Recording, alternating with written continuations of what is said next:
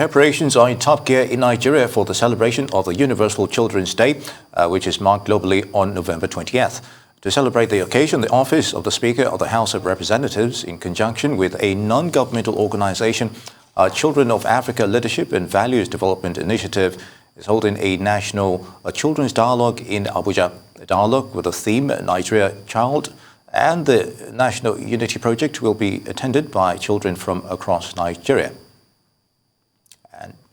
Well, joining us now to speak on activities lined up for the National Children's Day Dialogue and other issues affecting the well-being of the Nigerian child is a member of the House of Representatives representing Ede North, Ede South, Egbedore, Ejibu Federal Constituency in Osun State. Honorable Bamidele Salami, it's good to have you join us on the program. Thank you very much. I'm happy to be here. Good afternoon, Nigerians. Good afternoon, the whole world. All right, so let's start at the very beginning. What exactly is the essence of having this Universal Children's Day? Okay, well, the Universal Children's Day is a day that the global community, the United Nations in particular, set aside to focus attention on issues affecting children, their welfare, their security, their development, and every other issue affecting children. And actually, it's been on for quite a while. It was in the late 50s that the United Nations adopted the 28th of November as the Universal Children's Day. But because countries of the world also have, different days that they have set aside for children, it seems to eclipse, the significance of this day. But we have chosen for this year that on the occasion of the Universal Children's Day, we should bring together children from across the country to discuss on issues that affect them. To let policymakers, lawmakers, people in various arms of government listen to children on solutions to issues affecting them. The child, as you know, is a very fragile being. The child needs to be protected, needs to be encouraged, needs to also be provided with platform for self-actualization. Now, most of these opportunities are lacking in many of our countries, especially in Africa. And most especially in Nigeria, where we have we actually have the highest number of out-of-school children in the whole world, over 13 million, according to the UNICEF. So we believe that it's high time we started, converging children together to break all barriers of culture, barriers of religion, barriers of faith, or whatever it is, and make them come together and speak with one voice and have government and policymakers listen to our children to be able to do things better in a manner that will promote their welfare. So for this year, the Office of the Speaker of the House of Representatives, Representative Femi Gbajabiamila, is partnering with a non-governmental organization which I have the privilege of founding in 2015, and that is the Children of Africa Leadership and Values Development Initiative, CALDEV, to organize a national children's dialogue here in Abuja at the Musa Yar'Adua Center on Saturday, the 28th of November, 2021. Interesting perspective, Honorable Bamidele Salami. Now, beyond marking this day, what's next for Nigeria's children? You're a member of the House Committee on Tertiary Education. What are their most pressing needs, you think? Okay, absolutely. You see, one of the major things that every child needs is education. And especially the first 9 years of every child's life must be used to bring out the best of the child through education. The Nigerian Constitution, the Child Rights Act, and of course every other legislation we have in Nigeria identifies the fact that Nigeria must provide education for its children, free and compulsory education. Unfortunately, this is not the case. And we believe that it's high time we started, talking to government at all levels, especially at the state and local government levels who have the mandate to provide free and compulsory education to children for the first 9 years in this regard. Apart from that, one of the other things that we do in CALDEV is to ensure that we have books published and distributed for children that will give them a better insight into issues affecting them. For example, on that Saturday, we have a book that we call the 160 Things Every Child Must Know About the Nigerian Constitution, about the Child Rights Act, and Other Laws, which we're going to be presenting, as well as another book called Leaders of Our Dream. So we believe that occasions like that should be used to entrench the advocacy for free and compulsory education and identify what are those issues that are limiting the opportunities that the Nigerian child has, to getting this education, and then making children the advocates, the people who will drive the process of asking for these things. Like you all know, wherever children are, and their voice is usually very strong, even from our various homes. If your child asks you for something today, repeat the same thing tomorrow, repeat it after the next day, you are most likely going to begin to consider, such a thing. So we want to make sure that we have children coming together to form the group of advocates on the issue of education, on the issue of security, and on the issue of their welfare generally. And the good news is that this occasion, we have the Vice President of the Federal Republic of Nigeria, His Excellency Professor Yemi Oshibajo, invited as the special guest of honor, apart from Mr. Speaker himself, who will be there as the chief host, Honorable Minister for Women Affairs, the Executive Secretary of Universal Basic Education, and other top government persons coming to attend, not as speakers, but as people who are going to listen more to Nigerian children who have been drawn from all over the country, who will be attending the program on Saturday at the Yaradua Center here in Abuja. Some very interesting details that you've highlighted that I'm sure people will be looking forward to on the 20th of the month. But let's quickly talk about, the theme for this year. From what we have here, it's the Nigerian Child and the National Unity Project. Can you shed more light on that? And what exactly does that mean for the Nigerian child? Okay, you and I will agree. We agree together that one of the major problems we have today in Nigeria is the growing tension and the very palpable fear that you have, that something untoward may happen to Nigeria. And God forbid if this happens, that will be a major problem, not only for Nigeria but for the whole of Africa. We have a population of 200 million people, conservatively, so put. We have a diversity that should be our strength.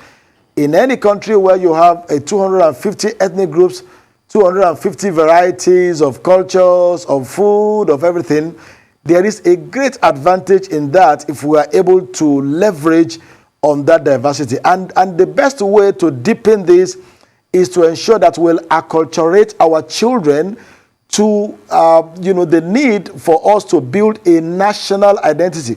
Like I said somewhere earlier today when I was speaking, I grew up in Sokoto. For example, I had my primary education in Sokoto State. Growing up with children from every part of the country, and children, have very pure heart. Children are very innocent.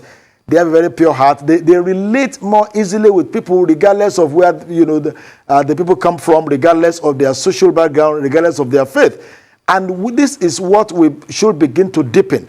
So the choice of this theme is in addressing one of our major challenges as a country. It is unfortunate that after 60 years of independence, we have not been able to build a national identity, and we must begin to do that.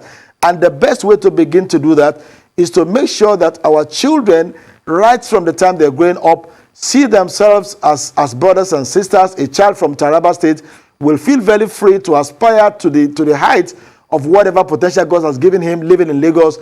A child from River State can go to Niger State and be who he wants to be without suffering any form of discrimination whatsoever.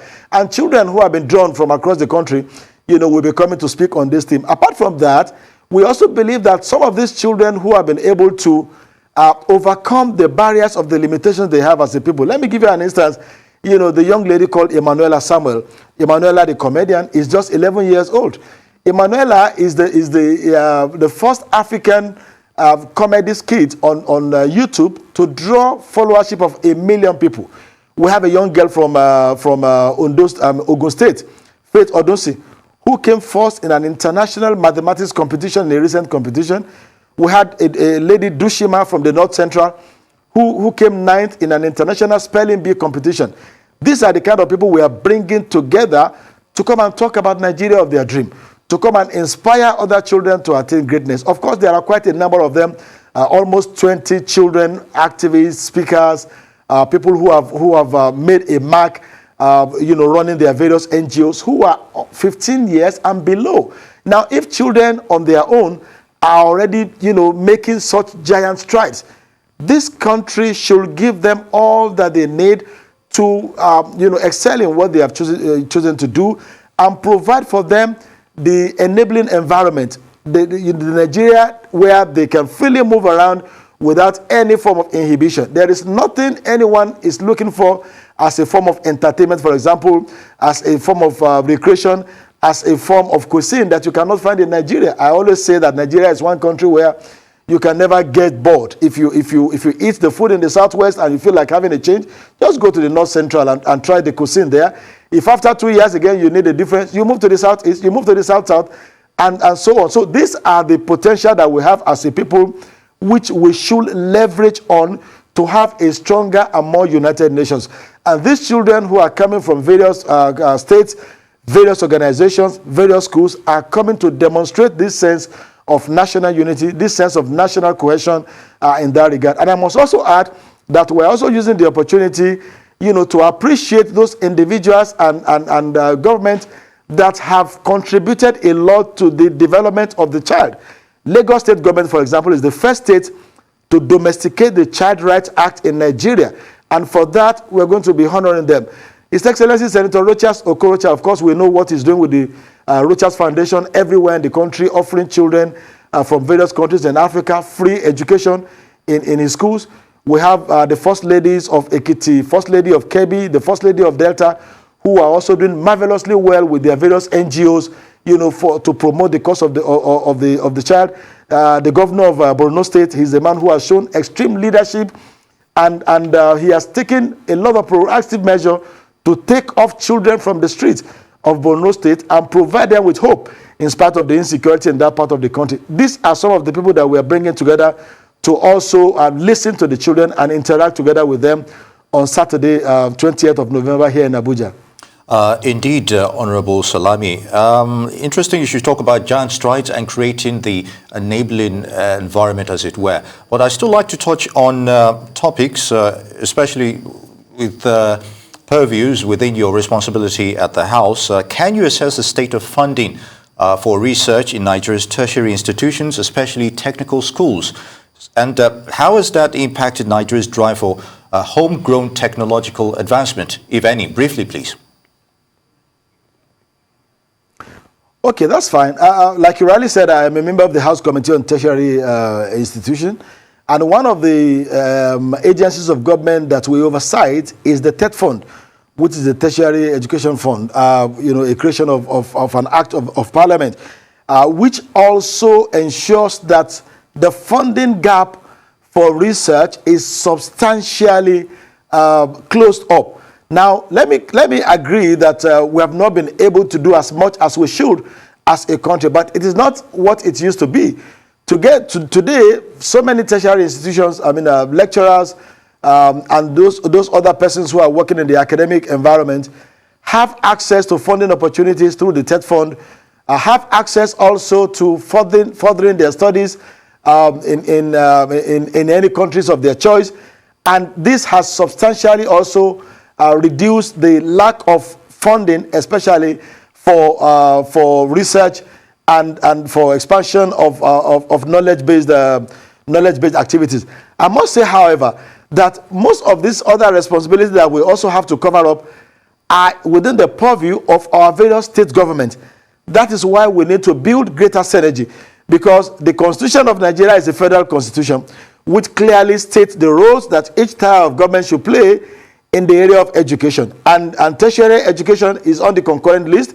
While the federal government has its own responsibilities, the state government also have responsibilities, even though, again, these state institutions, by virtue of the amendment of the existing law on TET Fund, have access to these taxes that are paid for the advancement of tertiary institutions. But there needs to be more synergy between the federal and the state government, to make this happen in a faster manner. Absolutely. Thanks very much. You've said it, precisely and hit the nail on the head. Honorable Bamidele Salami, Member House Committee on Tertiary Education, we want to thank you very much for being here with us on the program.